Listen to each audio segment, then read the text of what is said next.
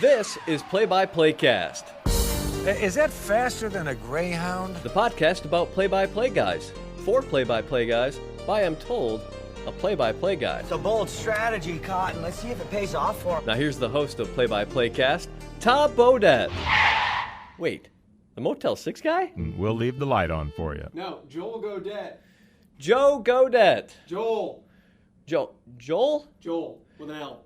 Okay, here's your host, Joel Godet. Don't worry, nobody's listening anyway.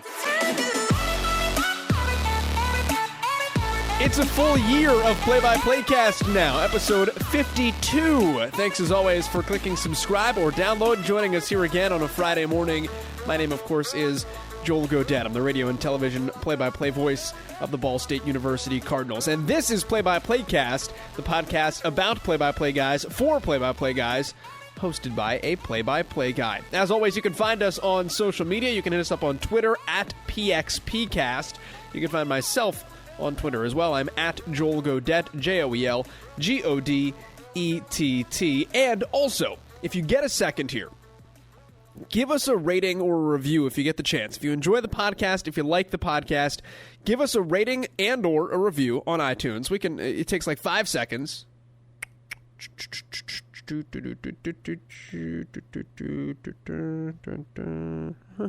Okay, good. All right, now that we all took care of that, if you didn't, that was like a solid 7 seconds of your commute that you're not going to get back. Actually, hindsight, don't rate the podcast while commuting. I don't want to advocate texting while driving or clicking stars while driving. Next red light, next parking lot you get into, throw some stars our way if you enjoy the podcast, and if you enjoy it as well, tweet at us or retweet the pod, anything like that. Help spread it via word of mouth. It always keeps helping us grow, helping us get guests, and helping us provide content and information and knowledge to all of you out there as well. Today's guest is Kevin Calabro. He is the voice on television of the Portland Trailblazers, and is a really cool story, and it's a really fun conversation this week. Kevin spent just this past year as the voice of the Trailblazers.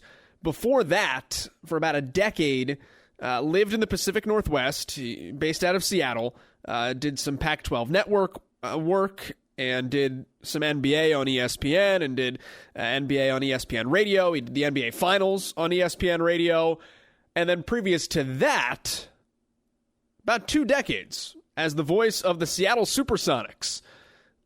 Yeah, the voice of the Seattle Supersonics, Kevin Calabro. So a lot of interesting things to talk to Kevin about in that regard. But wildly respected, fantastic set of pipes. He's in a broadcasting family. His brother Dave is a TV guy here in Indianapolis locally as well, local sports on TV. So kind of runs in the family there as well. I actually caught Kevin, we did this on the phone, but I caught him a couple of days after he had just been here in town in Indianapolis. You'll hear him talk about the pipes, though, the voice, how and why he sounds the way he does, making it to the NBA at a really young age. Before he was the voice of the Sonics, he was the voice of the Kings when they were in Kansas City, and he was still sub-30 when he was the voice of the Kansas City Kings. So we'll talk about that. I'll talk about building a network, how that helped him get to the Sonics job, the benefits of being with a team, what he likes about being the voice of a team as opposed to kind of being a hired gun with a network, and what it was like when the Seattle Supersonics left town, all that and much more. But where we start our broadcast is kind of the ins and outs of broadcasting. And Kevin will talk about it a lot right off the top here, but Portland is a really progressive team when it comes to its broadcast, and Kevin really thrived in that this year and really enjoyed that this year. It was something he'd always kind of admired from afar early on in his career, but something he got to be a part of over the 82 games of this season. So we discussed putting broadcasts together with the Portland Trailblazers and Kevin's approach physically to broadcasting, and how they kind of map out their TV broadcasts, how they use different technology, and their sideline reporter is used in a different way than I think you would see on a lot of different telecasts. So we talk about kind of the complexion of a Portland Trailblazers television broadcast, and in particular off the top here, how each of their 82 games is produced as its own entity, so to speak. What makes each of their 82 broadcasts so special? Why is this game special? Not just a game, but this game. That is where we start on episode number 52, a full year of Play-by-Playcast with our guest, Kevin Calabro of the Portland Trailblazers.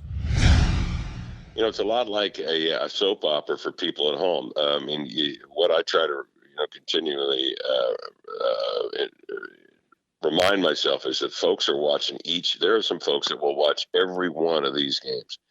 They're going to sit down every night and watch these games. They're so plugged into the Blazers and to what they're doing, and they want to know from night to night, has there been improvement? What has changed with the club? Who are these opponents that we're playing tonight? Why? What are the key matchups? What's the strategy going to be? That type of thing. So I think that's something that we always try to be mindful of. The other thing is you never take for granted that people have watched you that previous night. I mean, we know that there are a lot of people that are watching us night to night, but there's some people that are just stopping in for the first time in a week or something. So bring them up to speed.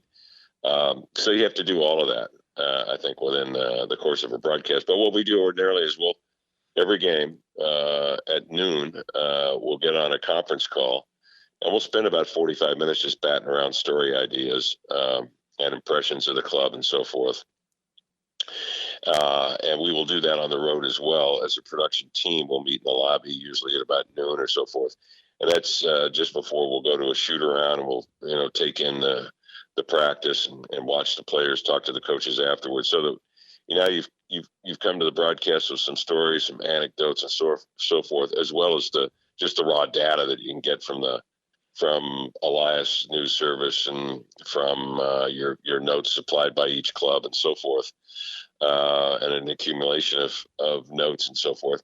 So I think you're certainly equipped then when you get to the broadcast side, what your partner likes, what his concerns are, what direction they may go when you're on the air and so forth at various points. Because you're doing the television and you have very limited time, you try to condense all of that like a 45-minute meeting into a minute and a half or 2 minutes that you're going to use at the top of the show to introduce the show. And then away you go. And then you got to be prepared for just about anything because the game doesn't always obviously follow the script that you've laid out. That's the beauty, I think, of live sports and of live television is that it's the unpredictability and the fact that you got to be nimble, you got to be quick, you have to have done your homework, and then you react to it and just go with the game, go with the flow, follow the game. What's a good broadcast to you, technically or overarching? I mean, when game's over, you stand up. What makes you say, we were good tonight? Well, I think just being on top of the nuances of the game and so forth, being able to maybe teach viewers, just staying on top of the course of the game, being able to explain why certain things that seem inexplicable were so, based on your conversation with coaches and players and so forth, kind of give the fans a background into why the coach is doing this on any particular occasion in these situations and so forth. So if you can click on a couple of those, and you know that, and you've spent some time doing your homework and you're ready for the game, and you can click in those certain situations, that's when you feel like, oh, okay, we were on top of that. That little rule, we were on top of that rule that maybe seemed like some obscure rule, but you were on top of that and you were able to explain that and so forth. I think though, when you're with a team, so much of it it's about winning.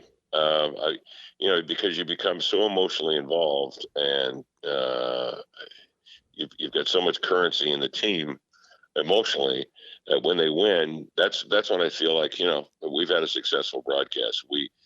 This team has won. We've been on top of it. We've reported. We've been fair. We've been objective. We gave the other team credit as well. That's when I feel like you do your best work. And the thing that you really have to guard against, though, when you become emotionally involved with a team like that, is the use of we and they. I have never, ever in my broadcast ever used the word we and they, our, so forth. I just don't like to use those pronouns because to me it's very unprofessional. I mean, when I hear that, I immediately the broadcaster loses credibility in my mind. I know who they're working for. I've been in the business and so forth of working for teams for a long, long time. And when I, as a listener, consume a broadcast, and I hear that, it just turns me off because I just wonder about the credibility of the guy on the other side of the microphone.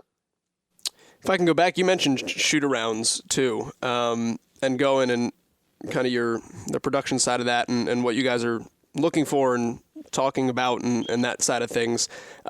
We had Bob Rathbun on a couple episodes ago, and he was talking a little bit about the same thing and what they look for.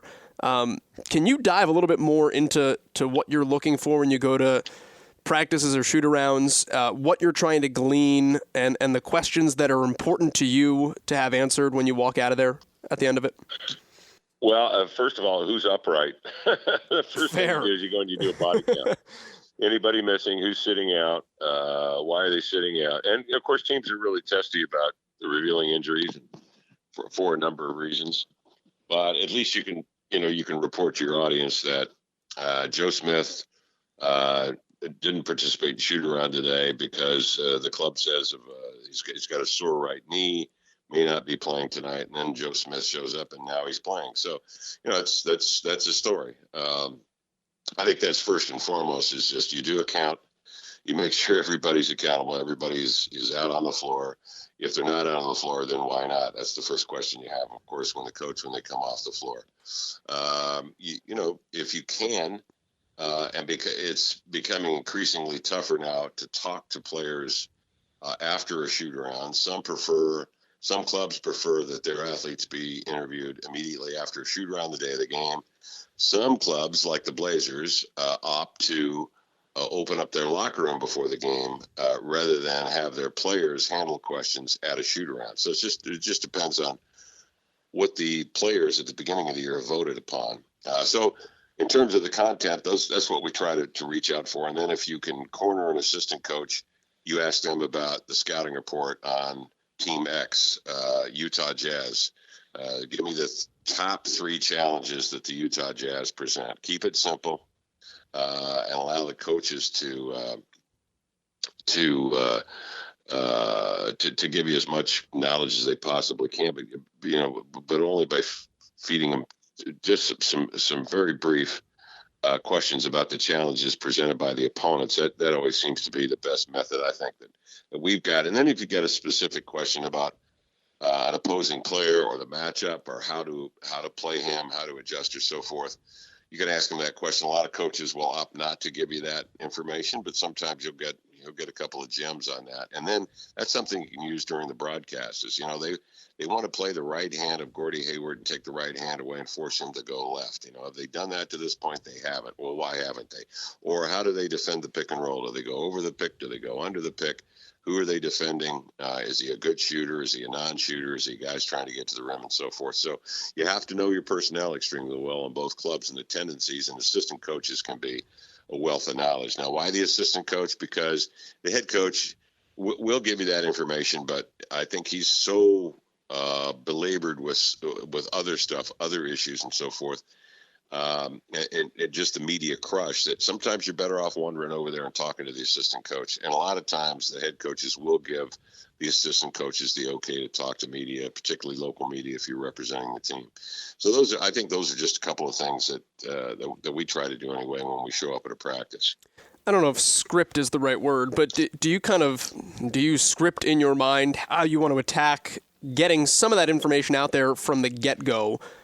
Just in terms of how you set the scene of a game, ball goes up. Sure, yeah, no, those are your, and I hate to say keys, but those are your keys. Those are your topics that you're going to use, and we'll use only maybe a couple of topics in the top of the show.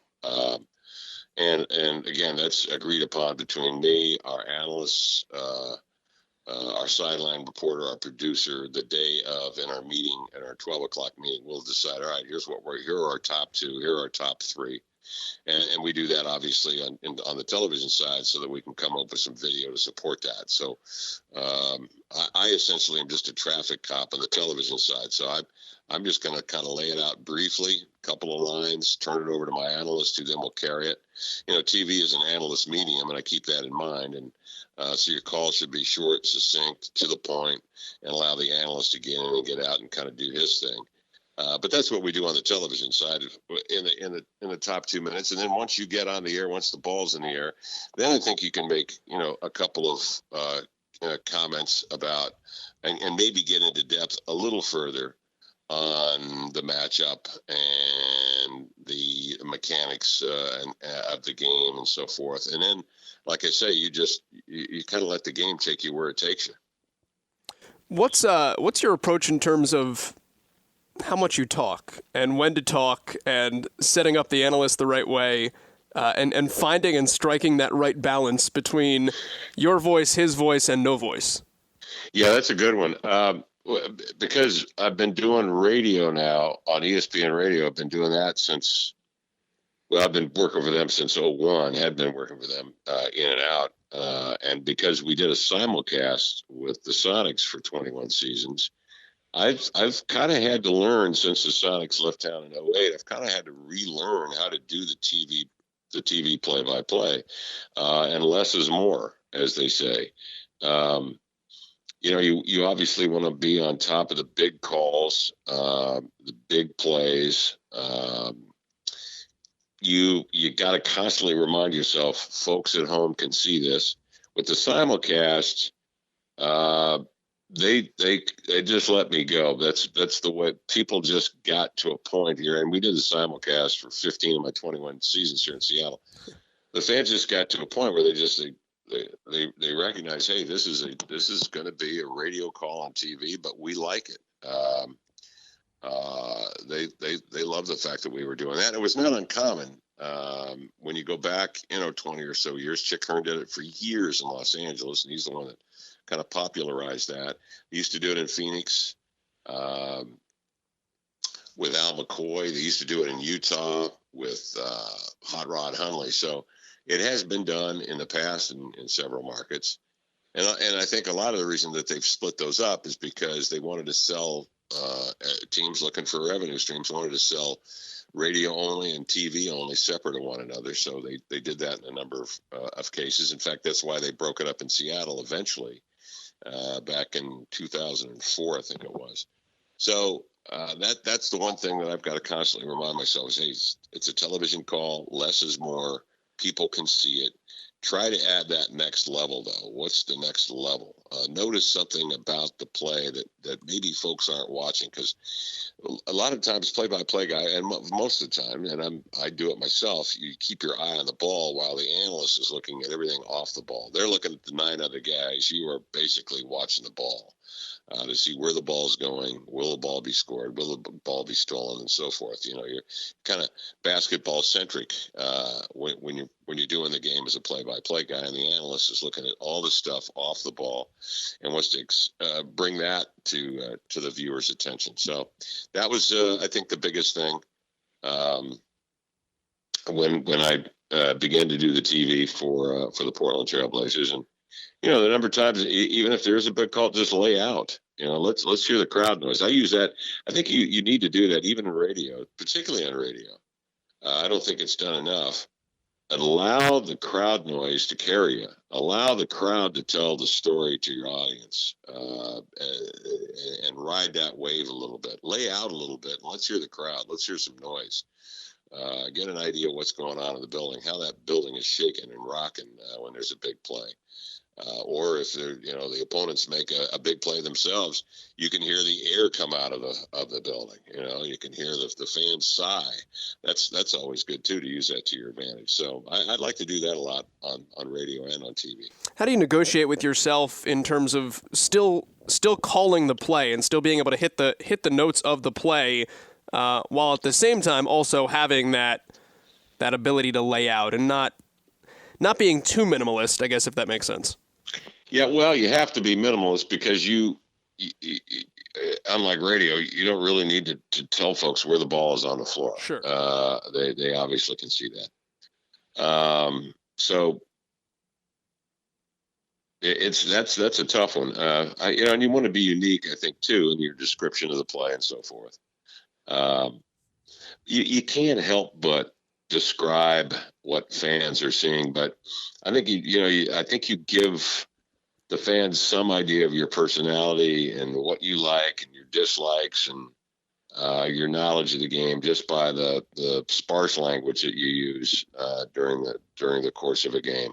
Keep it simple, keep it minimal, as you say, but keep it impactful. Let the tone of your voice too work for you.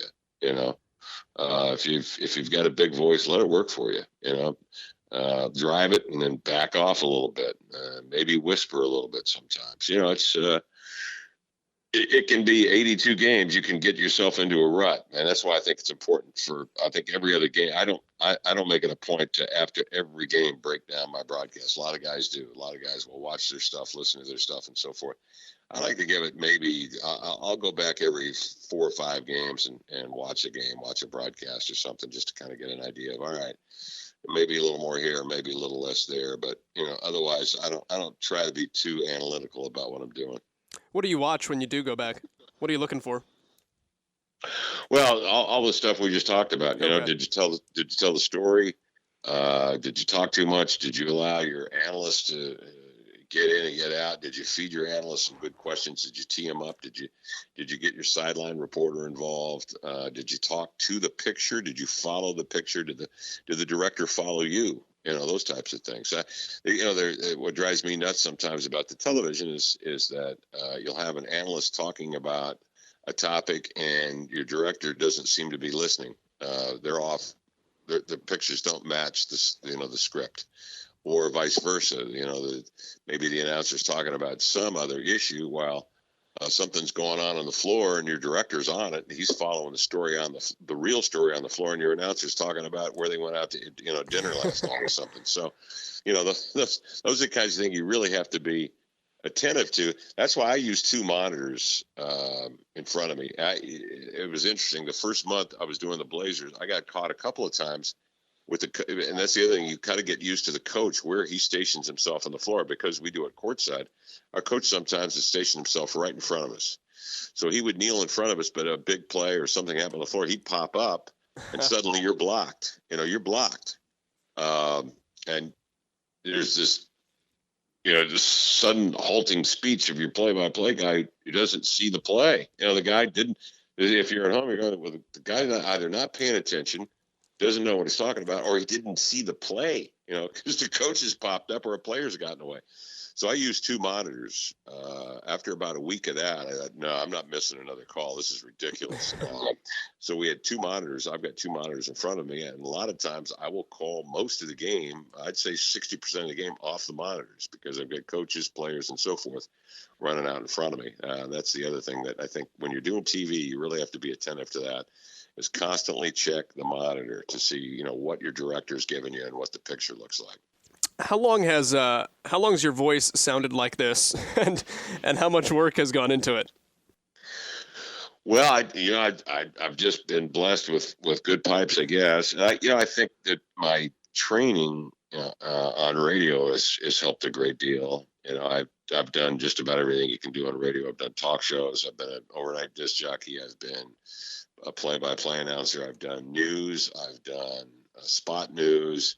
I did all of that stuff from high school on. So I've been trained in radio, which has really helped from a television standpoint, with knowing how to use the voice to my advantage.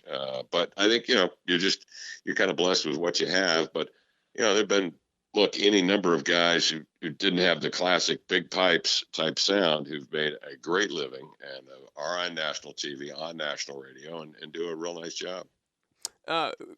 Something more about women, I should say. Sure, I say guys. When I say guys, I mean anybody that's on the air, because there are more and more women now that are doing that, obviously have done all the other stuff I've talked about, but have not done the play-by-play. But we're seeing, a few women anyway now that are doing play-by-play on a regular basis. Tell me more about the radio side informing everything else you've done too, and what you've been able to. What do you glean from having been a disc jockey or a news guy that maybe informs other stuff you do now? Well, I mean, with the news reporting, you just obviously get a good feel for what's the lead, what is the story here. The old question of who was it, why, Yep. when, where, all of that. You answer all those questions, and you do it with brevity, and you do it in big terms that everybody can understand. I think that's the first thing that you glean from doing local news and on radio, and then. From a disc jockey standpoint, you get a real a sense of timing and how to talk over music, how not to talk over music, how to use different production elements to your advantage, and so forth. Those have all been pretty invaluable from that standpoint, and doing them instinctively, just being able to just get it done, and your timing, and so forth. You just have it. I mean, the little rollouts at the end of as you're going to commercial and so forth, being able to in 5 or 10 seconds talk over a picture and say something that is semi-meaningful and coherent. That's harder than it looks. Have you ever done voice lessons, training, any of that kind of stuff, or is it just? No, I did that with just a number of really fine old announcers growing up. I was blessed. I was working in Indianapolis at WIBC. Went to Butler University, and I worked, since my senior year at high school at Ben Davis, when we had a radio TV program there with guys that had actually been announcers in the business or were working weekends and so forth, and then working for commercial stations and just working with older announcers, guys that were sometimes twice my age. And then getting into WIBC was huge, because I was producing sports during the day and doing some feature stuff while doing overnight disc jockey work from midnight to 6 a.m. and working with some pretty big time radio talent at that time. And I would just hang out at the radio station, and occasionally they would throw me a bone, and then they get me back in the studio, and these guys would just kind of teach me about inflection of the voice, intonation, and so forth. And it was invaluable. I just don't know where you can't go to a broadcast school necessarily and get that. You just have to go somewhere and immerse yourself in it as a young. I was about to say as a young player, but as a young announcer, you just have to go do that. I hope you have a veteran that'll take you under your wing. And I had a number of mentors that really did a nice job. There's a fair analogy there in the young player side of things too, though. If I can go there, as far as you being a young guy, a young player back when you were in your 20s, you got to the NBA at 26, if I'm right on that, right? Yeah, I was doing the Kansas City Kings at the time. What's it like? A year before that, I did Purdue basketball, and a year before that, I did Checkers hockey. So I had 3 play-by-play opportunities there in back-to-back years. And again, it was because I waited my time. I was at WIBC, I think, for 4 years before they gave me an opportunity to do some hockey. And I knew nothing about hockey. So you talk about being embedded, that's exactly what I had to do. I went to camp. I hung out with the players, learned as much as I possibly can about rules and regulations and strategy and so forth from the coach we had at the time by the name of Fred Creighton, who had been with the old Boston Bruins and had been with the Atlanta Flames as well back in the old days, and did it myself, and did it from the old Coliseum, and did it on WIBC at 50,000 watt blowtorch. And boy, you talk about learning under pressure. That's what I was doing. Previous to that, I was doing a handful of high school games every year. We would do the state high school basketball tournament. I would do some high school games, some high school football on the weekends. Not a great deal, but that was always my passion to do some play-by-play while, being a disc jockey there at WIBC as well. I probably could have gone a couple of ways there with that, but I decided that play-by-play was going to be the calling. And so I got that opportunity to do hockey, and then the next year, Johnny DeCamp retired after some 40 years as the play-by-play announcer of the Boilers. I did Boilermaker basketball for a season, and then the opportunity to do NBA games presented itself. And my wife and I moved to Kansas City, and I did the Kings for a year. What's it like being 26 in the NBA and kind of being the young guy in that fraternity? Well, at that time, now this goes back to, I've even forgotten the date now. 80. It would have been 83. Would have been a year before the Kings actually moved to Sacramento. So yeah, 83, 84 season. It was delightful because I got hired late, so it wasn't. I didn't really join the club until the last week of camp. And so I did a couple of preseason games, and then, man, we were up and running, and I was doing a game at Kemper Arena. We were playing Kareem Abdul-Jabbar and the Los Angeles Lakers. So what was it like? It was extraordinary is what it was like. It was outstanding. And I had exposure to the NBA because I used to do pre- and post-game shows for the Indiana Pacers leading up to that, and had sat by the side of Bob Lamey and listened to Bob do games for years. And before that, the great Joe McConnell, who was just terrific. And then the guy who I grew up listening to, Jerry Baker, the original voice of the Indiana Pacers, going back to 1968. So I had a pretty clear understanding of what I wanted it to sound like, and then you just kind of work on your own personality and your own touches, and you add your own elements and so forth to the game. And so I think I was ready for that first game. We were doing a simulcast. They hired me to do the simulcast. I'm doing both radio and TV, doing somewhat of a radio call, working with a guy by the name of Easy Ed McCauley, whose number is retired in the rafters of the Garden in Boston. Who, Hall of Fame player, but he claimed that his real notoriety came because he was one of the guys that was traded to St. Louis for the draft rights for Bill Russell in 1956. So he said he was responsible for actually building those great teams of Boston, both as a player and as a guy who was traded for the rights to Bill Russell in 56. But that's so Easy Ed and I were doing the broadcast here in Kansas City, doing the simulcast. I'm a young pup doing the game and just living large and having a great time. When you got the Sonics job a couple of years later, what was that like in terms of your pitch and how that all came together as a Midwest guy who's done the NBA for a year in Kansas City, but did you have any ties to the West Coast or Seattle, or what was your thing to say, I'm your guy to bring out here and become the next Supersonics voice?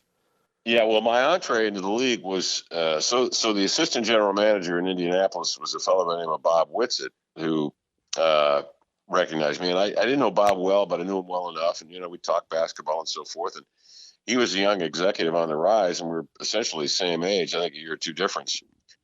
And so Bob, recognized, well, here's a young guy that's, aggressive and is working at his craft and loves the NBA and so forth. And so when I called him wondering about this job in Kansas City, I can't even remember how I knew about this job opening up, to be honest with you. I'd have to think about that one long and hard. But, it's obviously before the day you could jump online and, email someone or so forth. You had to, you'd constantly badger people by phone before the cell phone, believe it or not. So you're constantly badgering people, trying to catch up with people. Can I leave a message? You really get to know the secretaries extremely well. By first and last name, send them a card, send them a letter, and so forth. Always sending tapes, following up with calls, waiting a week to hear from someone. Should I call now? Should I not call now? Am I being too aggressive? Not aggressive enough? All this thing that goes through your mind as a young announcer trying to get a job, trying to get a foot up in the business. And so when we had actually moved to Seattle with another job, I was doing studio stuff, and we moved out here with Gannett Broadcasting for a radio station here in Seattle. This is after the Kings had moved to Sacramento. We decided we did not want to go to Sacramento. Won't even get into that story, but now we've got a child and we've got one on the way. I'd just done a year with the University of Missouri, worked in Kansas City, worked for 3 radio stations in 1 year, or 3 different ownership groups in 1 year in Kansas City. It was just not a good situation. had a 1-year contract, and at the end of the year, it was just a parting of the ways. So now I'm 30. I've got a child, and my wife's pregnant, and we are going to move across country to Seattle, a town that my wife had never seen, and I had visited exactly one time. We came to town before they hired me. I had a job. I had a chance to interview. We had a chance to spend 2 days in Seattle. My wife absolutely loved it. I loved it.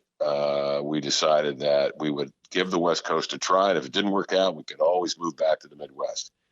Well, that was in '87. So I go to work for Gannett Broadcasting, and this is the world of broadcasting. This is the craft, the work you have chosen, my friend. This is how crazy this thing can change. So we were hired on a 1-year contract. Get to town within 4 months. Gannett Broadcasting decides that it's not working, and they are going to fire the entire staff and change formats. So, oh my God, really? Great. So I get into contact with Bob Whitsitt, who's a guy that I knew in Indianapolis, the guy who hired me in Kansas City, and he is now the general manager of the Seattle Supersonics. There you go. And Bob says, your timing couldn't be better. We are changing radio stations, and we are looking to make a change with our announcer. And he said, send me a tape. So I sent him the tape. The owner liked my stuff. It always comes down to the owner. If they like your stuff, you're in. If they don't like your stuff, you're out. It's just the way it goes. He liked my stuff. And so in '87, I was hired to do to play-by-play with on radio with the Supersonics. And then 2 years later, they hired me. They wove me into the TV, and we began to simulcast just as we did in Kansas City. So you have to be good, but you also have to be lucky. You have to be Johnny on the spot. It also helps to, create good contacts, good relationships, and continue to network and be persistent. Never give up. Can you describe for me 21 years later? And I'm sure that Greg Papa might be going through this now, what it's like to be the voice that people identify with and the person that they hear that is talking to them about the thing that is leaving them, and how you handle, I don't want to say, maybe how you handle that responsibility in some regards to this fan base that is losing something so near and dear to them. Yeah, well, that's a good question. I think, I think the difference is that Greg has got the heads up on this because he knows in advance what's going on. I never believed that the Sonics would leave. I was in a minority. I always thought that a top 15 market, over 3 million people here in two-county area, 41 years of history, a championship, a number of Hall of Fame players, a great legacy. I never thought that the NBA would ever allow a team to move out of here without really doing the hard work of trying to, if the building was the issue, without doing the hard work and spending many years on the ground here in Seattle trying to get a new building project done, trying to do what it takes with local politicians and so forth. I just don't think enough of that hard work was attempted and was done here in the market. So coming into that season in '06, I never believed it was going to happen.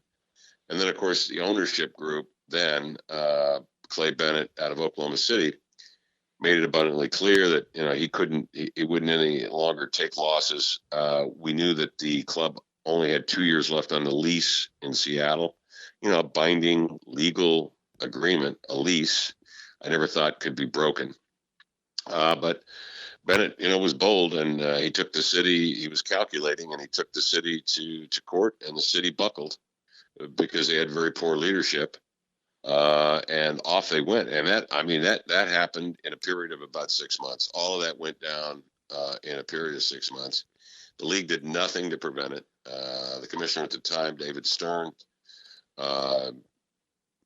in no way was a proponent, apparently, for the future of NBA basketball in Seattle.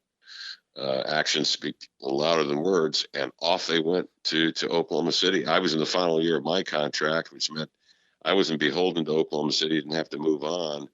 But I remember the last game I did, we were on the road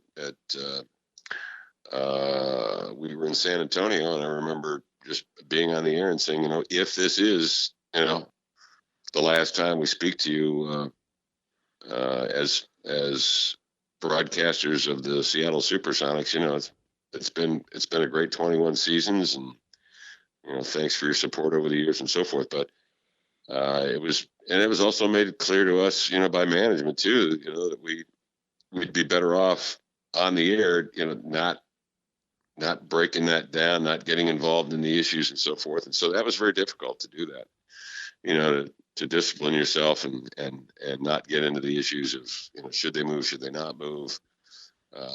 This lawsuit that was then ginning up, and the court battle that would then ensue. It was a 5-day hearing that they had. That was it. They decided the future of the Sonics, and that was in July, going back to 2008. And we've looked back ever since then, and we've said, what if the city had held the ownership to the remaining 2 years of the lease? Would the Sonics still be in town? I mean, it's all hypothetical now, but in terms of the way I approached it that final season, I never believed it was going to be the final season. And up until the last game of the year, I still didn't believe that the NBA would allow it to happen, or that at the last moment investors wouldn't step in, or that something would happen to keep them in Seattle. Boy, was I wrong. We talked about it off the top with all of the things you've been doing until you got the Portland job this past year as well. But what are you thinking in that moment, just professionally? Obviously you're at that point 2 decades NBA voice, so I'm sure there's some sense of security that you will find something. But what was your approach to, what do I do with my life now as a broadcaster when that all happens? Well, the reason we didn't move to Oklahoma City primarily, well, 2 things. One, I really hated the way things went down. And I thought Seattle's going to be where I'm going to live post-career. And I don't want to be known as the guy that just, rode the wave and took off to Oklahoma City, leaving Seattle in the bag. That was first and foremost. I had deep allegiances to Seattle. And then secondly, I had 4 kids in 4 different schools. And I explained that to the management of the Thunder and the ownership. They wanted me to come to Oklahoma City. And I mean, they were offering an extreme financial package. And I couldn't do it. I felt like, look, I've got enough in the bank. I've got enough invested. I can get my kids into school. I can be around for them. I've had 21 years in the league. If this is it for me, then so be it. I felt like I had equity within the market in Seattle as well. Felt like, if I need to do some talk radio, I can do it. If I need to go out and do some freelance stuff, I can do it. Maybe this is my opportunity now to go and work full time for ESPN and do some things. And sure enough, when one door closes, others open. I know it's an old cliche, but it's so true. I was within that first year of me not doing the Sonics, I was doing ESPN, NBA on ESPN, a package of about 15 games. I was doing a talk show here in Seattle, a sports talk show in the afternoons. And I was doing Sounders Soccer the first year of their operation on radio and TV. I had actually had more than I could possibly handle. It was incredible. It really was. It was nuts. So and you're aggressive. You stay aggressive. You make calls. You get back to networking. You don't take no for an answer. It's easier for people. It's easier to have people pick up the phone when you're calling, where they know that you're a guy that's been around for a couple of decades and you've done this stuff. So one thing leads to another. It was great because I got an opportunity to do college football, which I hadn't done in years. Did that for 4 years on the Pac-12 network. I was doing college basketball for the Pac-12 network. I got a chance to do some stuff on Westwood One. I was part of their postseason NCAA broadcast as well, something I'd always wanted to do, but could never do because I was doing Sonic games for all those years. So, here we are doing March Madness on radio, worldwide network. That was extremely fun. So I got a chance to do all this stuff that I, had not done or hadn't gotten a chance to do in years, and really enjoyed it. In some respects, looking back, I kind of miss it, but this is going to be a much better avenue moving forward. Kevin Calabro of the Portland Trailblazers. I almost caught myself there. I did catch myself there. I almost called him Kevin Calabro of the Seattle Supersonics. That's been a long time. It's weird. It doesn't feel like it's been that long in some respects. I'm sure for people from Seattle, it feels like forever. But Kevin Durant played for the Seattle Supersonics for a year. It's just weird to kind of put that perspective on it. Like, you don't think about, like, when I think of the Supersonics, I think of Sean Kemp and Detlef Schrempf. It's just weird to think about Kevin Durant. Yeah, played his first year in the league before going to Oklahoma City. Played for the Sonics. So in some sort of perspective, it hasn't been all that long, but it's been a while. And it's interesting to hear Kevin kind of talk about the end. It reminds me, I'm a pro wrestling guy. It reminded me of Cody Rhodes, the pro wrestler who departed WWE. And he made a list for himself of all these opponents he wanted to face and events he wanted to be a part of, and kind of went down. And as he became an independent wrestler, checking off all kind of his wish list items. And it was just interesting hearing Kevin at the end there. You spend all this time as the voice of a team, which has so many great merits in its own right. It's what I do. It's what a lot of us do in this industry. But when he was no longer the voice of a team, as bittersweet as that was, it kind of gave him this kind of freedom to be this independent wrestler of sorts and check off all the different opponents. Do an NCAA tournament, do some stuff for ESPN, do some stuff for Pac-12 Network. He did some stuff for Washington. So you kind of, on Pac-12 Network, so you kind of got to explore professionally a little bit that way and branch out. So it was kind of neat to hear him talk about that side of things. Many thanks to Kevin Calabro for joining us here and being a full year, guest number 52 here on Play-by-Playcast. With the NBA season coming to a close, I hit up a couple of guys that are NBA voices here as they start their off seasons, and we've got another one next week and a conversation I am super excited about. Loved sitting down with Brian Seaman, who's the voice of the Los Angeles Clippers. We will have that conversation next week, talking all about how he worked his way up. Basketball, like a lot of people would, minor league baseball, which is kind of a unique climbing of a ladder. We'll talk about working solo in the NBA, all of those things and much more. That is next week with the voice of the Los Angeles Clippers, Brian Seaman. In the meantime, though, for episode 52, for Kevin Calabro, many thanks as always for his time and his efforts. Many thanks to you for clicking subscribe and download and joining us again here today. Remember, follow us on Twitter, retweet, quote tweet, interact with us as best you can or want to help spread the word about the pod. And then again, we'll give you like 10 more seconds here to, if you have some time, rate, review. We can chill. Just waiting. All right, good. Now that we got we should have a lot of 5 stars, maybe some 4s. Maybe if we get a couple 3s, I'm cool with some 3s. Many thanks, as always, for your continued support. It's been a blast over a year doing this podcast so far, and I am super excited to keep going forward with it and see where it goes from here. And glad you guys have all been along for the ride.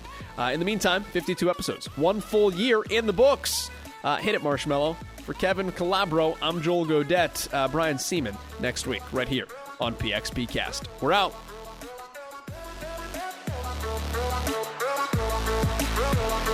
Yeah.